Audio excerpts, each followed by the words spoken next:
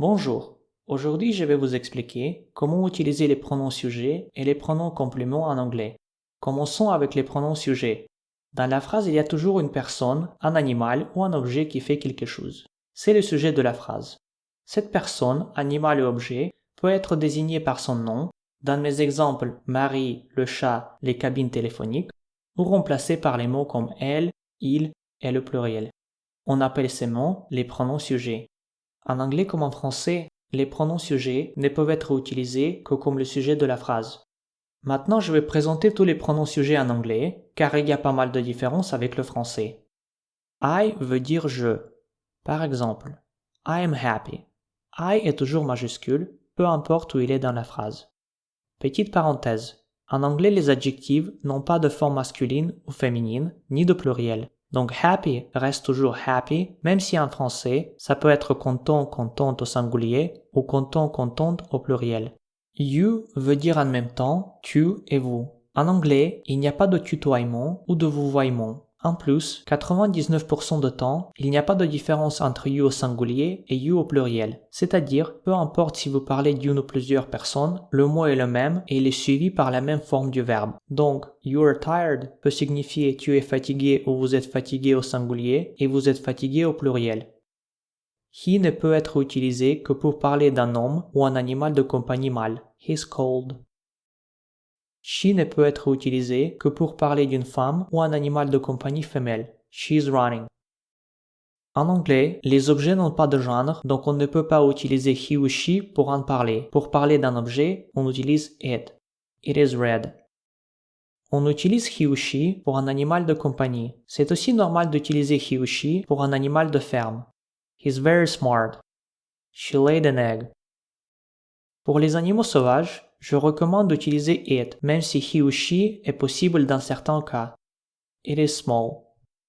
Le pronom français on n'a pas une seule traduction en anglais. Tout dépend du contexte. Par exemple, on ne sait jamais devient you never know. On parle français en France devient French is spoken in France. On m'a dit de passer demain devient I was told to drop by tomorrow. Pourtant, si on est utilisé pour remplacer nous, la traduction en anglais est toujours we. Donc, we're in the kitchen signifie on est dans la cuisine ou nous sommes dans la cuisine. Pour parler de plusieurs personnes, objets ou animaux, on utilise they. They're Spanish. Maintenant, on va faire un petit exercice. Remplacez ces mots avec les pronoms sujets. Par exemple, a woman devient she. Mettez la vidéo en pause et faites l'exercice. Prêt? Ok, je vous donne les réponses. John and Jack, they. The cats, they. A lamp, it. Sarah and I, we. Maria, she. Tom, he. Passons maintenant au pronom complément. Dans la phrase, le verbe est souvent suivi par des mots qui le complètent et qui indiquent sur quoi ou sur qui porte l'action de ce verbe. On appelle ces mots le complément d'objet et on peut les remplacer par un pronom complément d'objet. Par exemple, dans la phrase « Tu dis bonjour à Thomas », on peut remplacer Thomas par un pronom complément lui. Tu lui dis bonjour. En français, il y a différents types de pronoms. Les pronoms compléments d'objet direct, les pronoms compléments d'objet indirect, etc. Heureusement pour nous, il y a beaucoup moins de pronoms compléments en anglais qu'en français. Commençons par me.